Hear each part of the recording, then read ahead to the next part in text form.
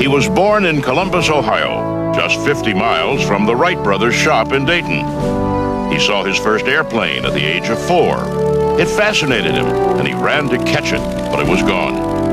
From then on, he was fascinated by flight and continued to chase it.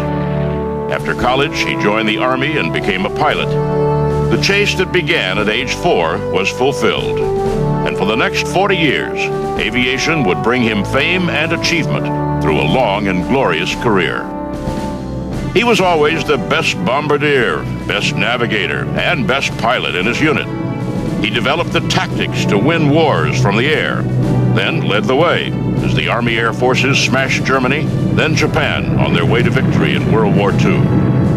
When the Soviets became a menace, he thwarted them by first organizing the Berlin Airlift, then developing the Strategic Air Command into the world's premier nuclear deterrent bomber and missile force, dedicated to the preservation of peace, a peace that lasted for over 40 years. His name is Curtis Emerson Lemay, and he is a legend of air power.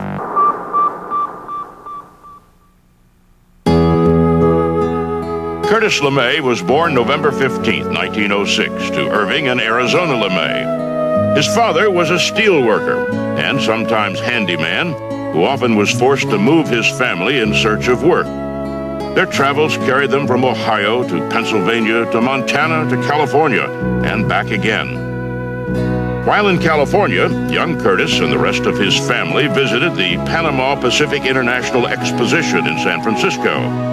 Young Curtis saw aeronaut Lincoln Beachley do aerobatics over the crowds, and he wondered just what it was like up there, a wonder he would never lose. Lemay graduated from Ohio State University in 1928 with an engineering degree. He also finished ROTC as an honor graduate and received a reserve commission in the Army. Unfortunately, the reserve commission didn't help land him in flight school. He worked hard to enter flight training as an aviation cadet at Kelly Field, Texas. His first tour of duty was with the 27th Pursuit Squadron at Selfridge Field, Michigan, where he received his regular commission in February 1930. At Selfridge, Lemay flew the Curtiss P-1. He stayed at Selfridge until 1937, when he transferred to Boeing B-17 bombers at Langley Field, Virginia. In February 1938, Lieutenant Curtis Lemay was lead navigator when the Air Corps demonstrated the long-range capability of its new B-17. 6 bombers of the 2nd Bombardment Group made a goodwill flight from Langley Field, Virginia to Buenos Aires, Argentina, and back.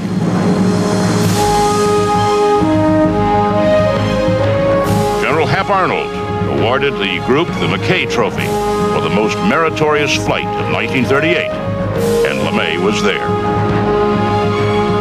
Just 2 months later, 3 B-17s of the 2nd Bombardment Group intercepted the Italian liner Rex 725 miles out, headed for New York City.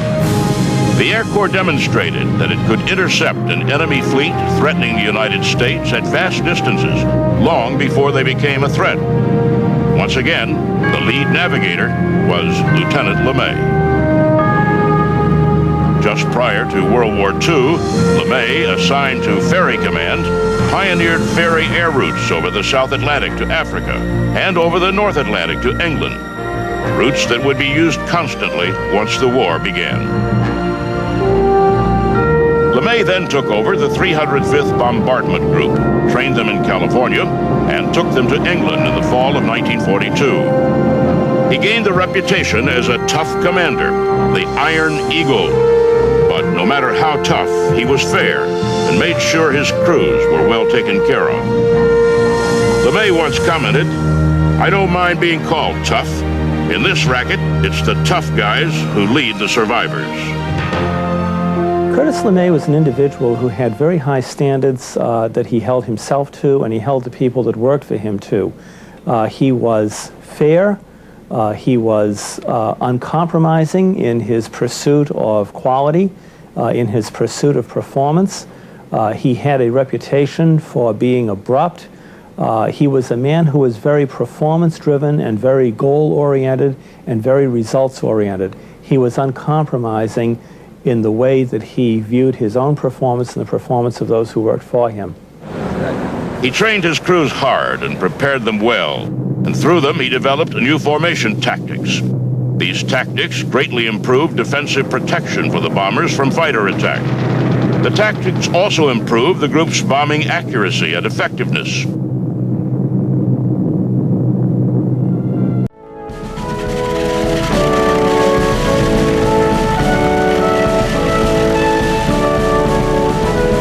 Bombers flew as an 18-aircraft combat box for mutual protection.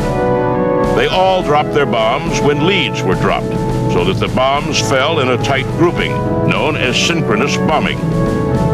Lemay's tactics were adopted by all groups in all theaters of operation. He excelled as a combat leader, prompting General Ira Aker to say of Lemay, "He may not be human, but when I can find 100 other group commanders like him, we'll get on with this war. We might even win it." Lemay was quickly promoted to 4th Bombardment Wing Commander, and in August 1943, he planned and led the famous shuttle mission from England to Africa, in which they bombed the Messerschmitt airplane factory at Regensburg, Germany. Other bombers in the attack hit the ball bearing factories at Schweinfurt. Although successful, the mission lost 60 bombers and another 100 were damaged.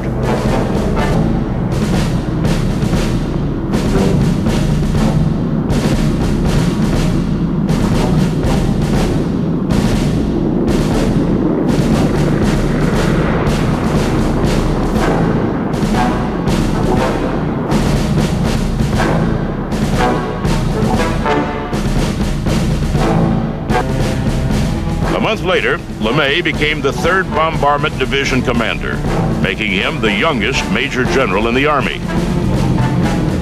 His next move came in August 1944, when General Arnold selected Lemay to command the 20th Bomber Command in India.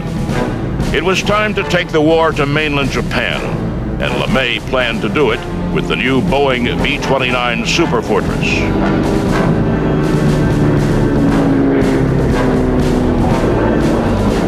The B-29s could now hit mainland Japan with relative ease. From his headquarters on Guam, Lemay directed the bombing campaign.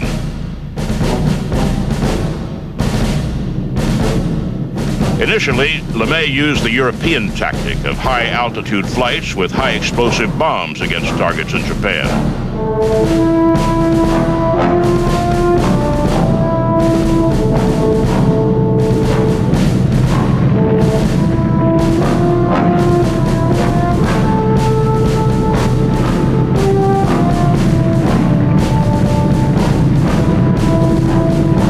In an effort to shorten the war, he changed tactics. Realizing that Japanese construction was primarily wood, he sent his bombers in between 5,000 and 7,000 feet with incendiary bombs. The results were catastrophic for the Japanese, as many of Japan's major cities were consumed by fire.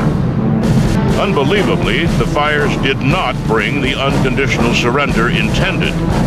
President Truman gave the order to use the atomic bomb. After a visit with Lemay, General Carl Spaatz telegraphed Washington, "Have had opportunity to check up on Baker 2-9 operations and believe this is the best organized and most technically proficient military organization the world has seen to date." On August 15th, the war was over. The bombers of Lemay's command had helped bring it about.